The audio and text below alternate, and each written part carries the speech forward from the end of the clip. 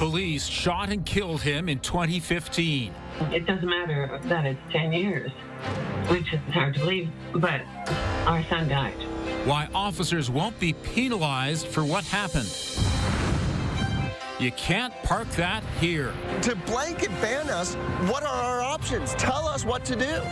People who live in RVs wonder where they can go. This is all-out vegetable warfare. And made in Scotland, funded in Calgary. The family feature at this year's film festival. It's a real joyous film. It's a barrel of laughs.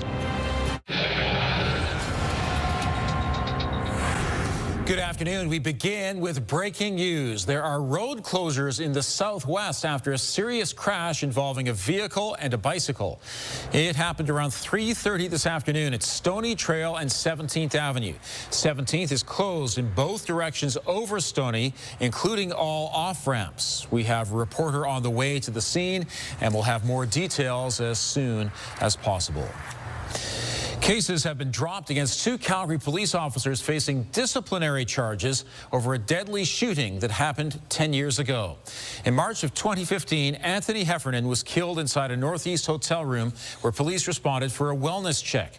The 27-year-old had relapsed and was doing drugs in the room and missed checkout. 5 officers found Heffernan holding a needleless syringe.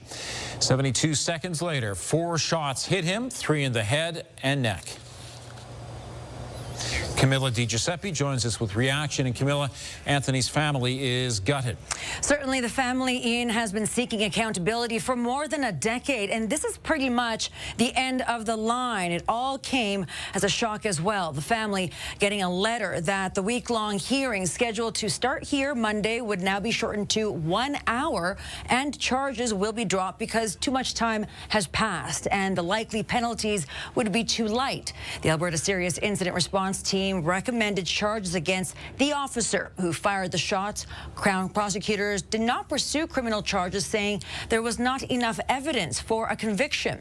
The officer who fired the shots and the 2 other officers have since left the Calgary Police Service, which means they did not have a chance of facing a disciplinary hearing.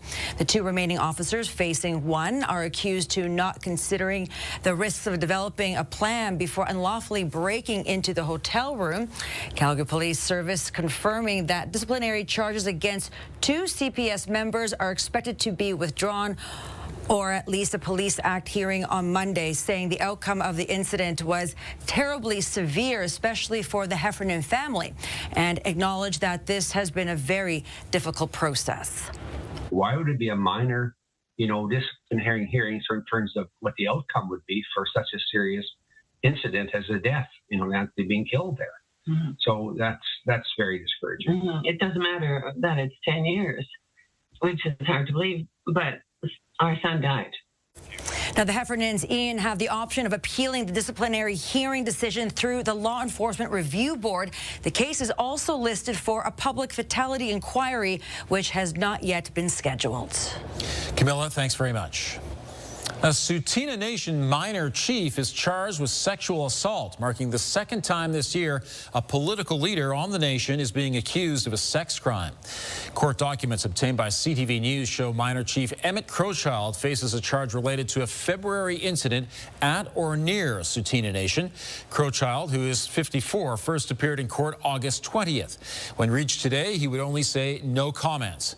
Nation Chief Roy Whitney was charged last month by Edmonton Police related to allegations in 2 separate historic sexual assaults in that city. CTV News has learned Whitney is now on administrative leave as head chief, and an acting chief has taken over. A Nation spokesperson would not elaborate on the reasons behind that change. Calgary police are trying to identify 2 suspects after a random double stabbing last month in the Beltline. It happened August 23rd in front of the Circle K on 11th Avenue Southwest. Police say 2 people were stabbed after an argument with the suspects. The victims were taken to hospital in serious but stable condition. One of the suspects ran away. The other used a bicycle. Police would like to hear from anyone who recognizes them. The city of Calgary says it's unlikely to create a dedicated site for people living in RVs, citing high costs and limited demand. Mark Villani is live on 21st Street Northeast. And Mark, you spoke with a frustrated RV owner there who strongly disagrees. Yeah, that's right, Ian. I spoke with Victor Larocque. He lives in this motorhome behind me. This has been his home for the past nearly 15 years, but he says that the city of Calgary's blanket ban for RVs across the city outside of residential areas is leaving him and many others with little to no options. Now, the city, however, is set on its position that the cost to find a dedicated spot for those living in RVs is simply too high. Ward 10 Councillor Andre Chabot requested that city admin dive into those numbers. A scoping report found that it would cost about $200,000 per RV to provide essential services like electricity, water, and sewage. The city also says it could take at least a year and a half to launch a program like this, and that only about 20 regular RVs currently occupy Calgary streets. Now, that isn't sitting well with Larocque, who claims there are actually hundreds of RV dwellers just like him that are being told to pay exorbitant fines. Fines went from $40 if you pay within 10 days to $160 if you pay within 10 days. After 30 days, it went from $75 to $400. Under the traffic bylaw, it is now the most expensive bylaw. To blanket ban us, what are our options? Tell us what to do. Now, the city of Calgary says that RV owners who also have a residential address can park in front of their home, but only for a period of 72 hours. For anybody else, though, the Calgary Parking Authority saying that it's taking a compassionate, informed approach here, with social services issuing notices over a 5-week period before going out to ticket or tow these types of RVs. Ian. Thank you, Mark. Beakerhead is on pause for this year. TELUS Spark has released a statement saying it won't be hosting any activities this year. Beakerhead has been a popular September festival for several years. It merges art, science, and technology together in interactive exhibits. Beakerhead partnered with TELUS Spark in 2022 to increase attendance. TELUS Spark says taking a pause this year will give them a chance to adapt Beakerhead to a growing and changing city. Meantime, the Lantern Festival is underway in downtown Calgary. The annual event is put on by the Business Improvement Area. It features lights and lantern displays along with food trucks and other family fun activities. The festival runs until 11 tonight. You'll find it on the west side of the Calgary Chinese Cultural Center. Looks like a lovely night already, and if anyone plans to go down there, looks pretty good. Yeah, Pleasant all weather the way looks around. great in the city, absolutely. Outside of the city, there's a couple things going on. I'll show you that on the radar in just a moment. But first, let's talk about, well, current temperature at the airport, because we didn't have a whole lot of summer heat in July. We're making up for it now because we're looking at heat lasting right through the weekend and even much of next week. 25 degrees right now. It's a little hazy. We were at low on that air quality health index. Now we're at moderate, but we're at low for most of the day. And here you go. Check out this radar and satellite. You can see all that activity going on. This should remain outside of the city of Calgary. Okay, your 24-hour forecast brought to you by Fifth Avenue Volkswagen, where you can win your ride. See dealer for details or visit fifthAvVW.com. All right, it's hazy, 22 degrees for the evening hours, quieting down overnight, really. We're looking winds relatively calm, and tomorrow morning, 13. Tomorrow, a little hazy, likely just like today later in the day, and a high of 26 degrees. All right, don't miss the Hospital Home Lottery Range Rover VIP deadline. Deadline is midnight tonight to win a Range Rover Sport or choose $125,000 cash. Buy now at hospitalhomelottery.com. Ian? Thanks, Danielle. It's a way of getting a view of the Rocky Mountains from a totally different perspective. Still ahead, the pilot project where paragliders are in flight once again in Banff National Park. And later, from model trains to the real thing, Heritage Park celebrates Railway Days. Also, if you have a news tip for us, text us at 10400. Soaring news from Banff National Park, where a new pilot project is really taking off for paragliders and hang gliders. As of May, non-motorized pilots can hike and fly in the famed park under certain guidelines. Prior to the change, flying was only allowed over the park. Launching and landing was strictly prohibited. But the program unlocked several new routes and opportunities for enthusiasts like Will Gadd from Canmore. He says it's been a test run more than 15 years in the making. The Canadian parks are some of the most beautiful landscapes in the world, right? Like everybody comes here for a reason. And now to be able to explore that in a silent, totally non-polluting, solar-powered way is just incredible. You know, in a paraglider, you're up with the clouds and looking around and getting to see and appreciate these really national treasures in a way that you really couldn't any other way. There are limitations, including launching and landing are still not allowed over ski areas, the Banff town site, campgrounds, and some environmentally sensitive areas. Pilots must also log their activity for Parks Canada to monitor over the program's 3-year trial basis to determine future feasibility of flying in the park. Look at that incredible view. Yeah. I'm not sure if I'm going to try that.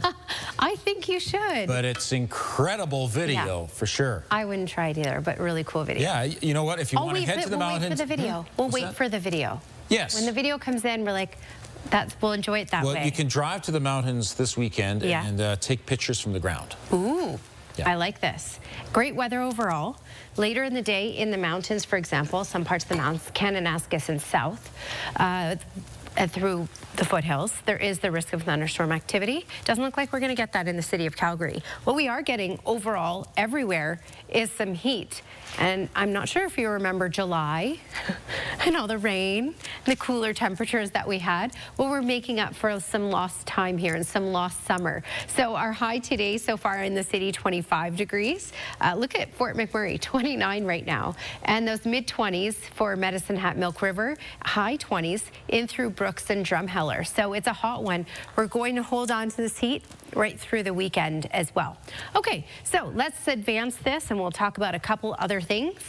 And when you look at radar and satellite, there's a lot going on. There's actually a system off to the east. It's creating that flow, that wind flow, which is pushing air up the mountains. And that's creating this instability all down the mountains, tracking off into parts of the foothills and further south. Pincher Creek, Crozes Pass, certainly getting this. And then off to almost as far east as Lethbridge here. But look at what's going on in Calgary. It's going on right around us. It doesn't look like we will get much of this at all. It looks like we should remain pretty calm, quiet, and we're in between all the wild weather that's going on outside. Now, these are non-severe thunderstorms. They are not coming with any sort of hail. So you can expect it to be a calm evening, just a little hazy out there.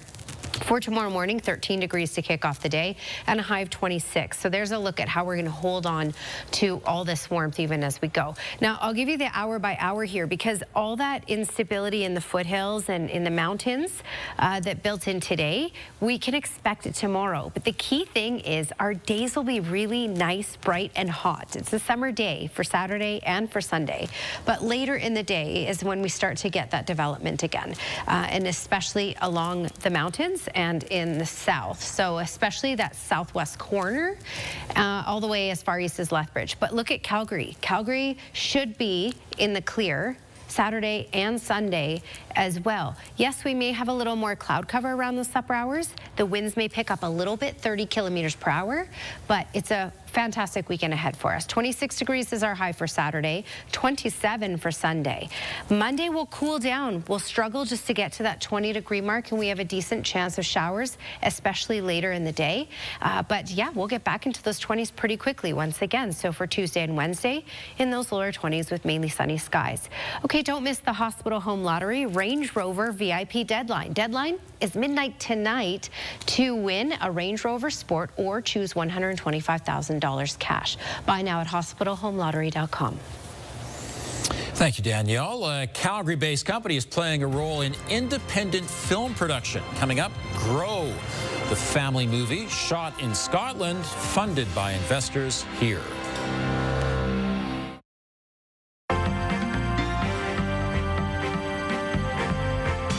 The U.S. government agency is taking a close look at Amazon and Google for their advertising practices. Joining me is Faisal Karmali, portfolio manager with the Popowich Karmali Advisory Group. Now, first of all, Faisal, how did the markets wrap up the week? Yeah, for the week, both U.S. Canadian markets positive for about 1%. It was the NASDAQ, or tech-heavy industry, that's done very well, up 2% for the week. Both indexes, Canada and U.S., are up double-digit year to date. And the U.S. Federal Trade Commission has some questions about Google and Amazon.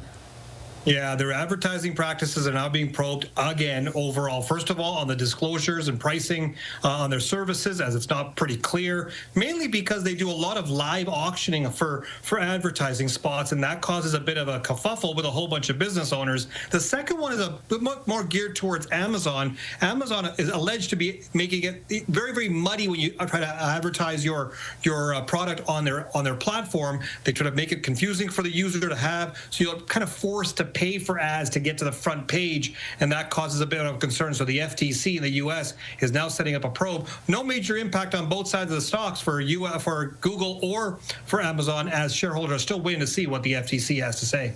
Meantime, workers at Canada Post say they'll stop delivering flyers. Yeah, 17 million addresses across the country, and the union has now announced that they're going to stop delivering flyers. While some of us Canadians are going to be happy that there's not going to get any flyers in their mailbox, but many business owners, especially local business owners, not so happy, because now that's one more advertising opportunity that has been removed, forcing these companies to go online. And many of these local businesses just don't have the budget to compete. A flyer might be good enough, and so Canada Post's union might have to look at, are they hurting the business owner or Canada Post when it comes to these type of practices? Faisal, thanks very much. Have a great weekend. You as well. The federal government says it's in talks with the Alberta government and oil companies about the future of emissions. Canada's Natural Resources Minister wouldn't say if Ottawa plans to scrap the emissions cap, but Tim Hodgson did say the province and industry agree with the feds there needs to be a fundamental change. Canadian consumers can now get their slice of compensation in 2 class action settlements over the price of bread. The Loblaw Weston chain is paying out $500 million to consumers. The company is accused of overcharging and participating in an industry-wide scheme to fix the price of bread. Eligible customers who bought bread between 2001 and 2021 have until December 12th to submit a claim form. Another month of decreased travel between Canada and the U.S. Here's Tara Nelson with a look ahead to CTV News at 6. Hi, Ian. This is the 7th month in a row of declining travel, with Canadians deciding instead to explore their own country this summer. Coming up at 6, how much the national economy benefited from tourism dollars spent domestically, plus the increase in interprovincial spending in Alberta alone. Also ahead, a new report advises the city against creating a permanent location for people living in RVs, saying it would be too expensive. Coming up, why one councillor questions the cost estimates. That's all ahead at 6, Ian. Thanks, Tara. She's entering the pumpkin contest, wanted a few tips. This ain't some grow-your-own-salad school project. This is all-out vegetable warfare. The Calgary International Film Festival has something for everyone. Grow is a family-friendly feature shot in Scotland but funded by Origin Entertainment, a company based in Calgary. Joining me from Glasgow is the director of Grow, John McPhail. Great to see you today. Thanks for having me, and this is lovely. Thank you. So, how did a company from Calgary get involved in your film? So the film is produced by a company called Double Nickel. They are a New York-based production company, and they've had this film for about, I think it's nearly 19 years. And they were talking to Sky in the UK. And mentioned it, and they redeveloped it for the UK. So then they came over and were looking around places around the UK and came and settled and found Scotland, loved Scotland. And then and the finance, we were looking for partners, and Origin were just honestly like the best partners. Between them and Sky, like we had the best time making this. Now, it's essentially the story of this little girl who has this magical talent for growing things, and she ends up growing this massive pumpkin, which really it's kind of a universal story. It's something people in Britain can relate to, and people in North America as well. This is my niece. No, that is correct. It's the full film is just about family. It's not an unconventional family. You know, it's this at the heart of it is this unconventional mother-daughter story between Charlie and her aunt. And then the sort of like family that's sort of like built up around it. So yeah, it's a real joyous film. It's a barrel of laughs, and there's something for the kids, there's something for the adults. Grow will be shown as part of the Calgary International Film Festival. To see my extended interview with John McPhail, visit ctvnews.ca/Calgary. We are getting closer to the official beginning of fall, but the sunny weather continues right now in Calgary. It's 25 degrees. Danielle has details just ahead. I'm sure lots of people want to get one last bike ride. Hopefully it's not the last bike ride, but at least one more this weekend. Yeah, you can even bike ride in the winter. Not recommended. I know people do that, yes, with the fat tires. Right. Yes, but a summery bike ride where you can look at what's going on around you and enjoy the somewhat clean air. I mean, we've been low on that air quality health index. It's 25 degrees right now. That's also the daytime high. 18 is what's normal. We will be above 18 and above normal for the weekend. Mainly sunny skies in the city. 26 for Saturday, 27 for Sunday. We will have a bit of a dip as a cold front swipes through on Monday, down to 19 degrees with a decent chance of showers, but we'll get back to the 20s by Tuesday. Ian? Thank you, Danielle. Heritage Park hosts Railway Days this weekend.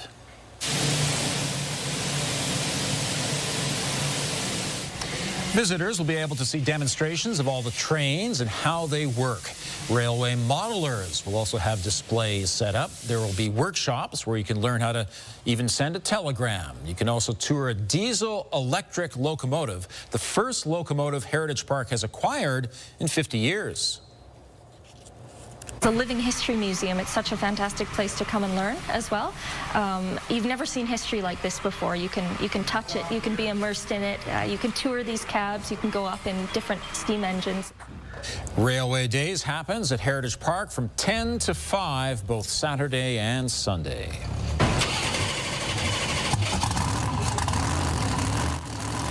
Stampede Park will be a very loud place this weekend. Monster Jam will entertain fans at the GMC Stadium Grandstand. Drivers promise their 12,000-pound trucks will perform high-flying action and jaw-dropping stunts. Two fan favorites, the Classroom Crusher school bus and Sparkle Smash with its unicorn horn, will be there.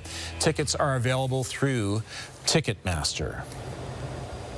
Thanks very much for joining us. Now here's the early edition of the CTV National News.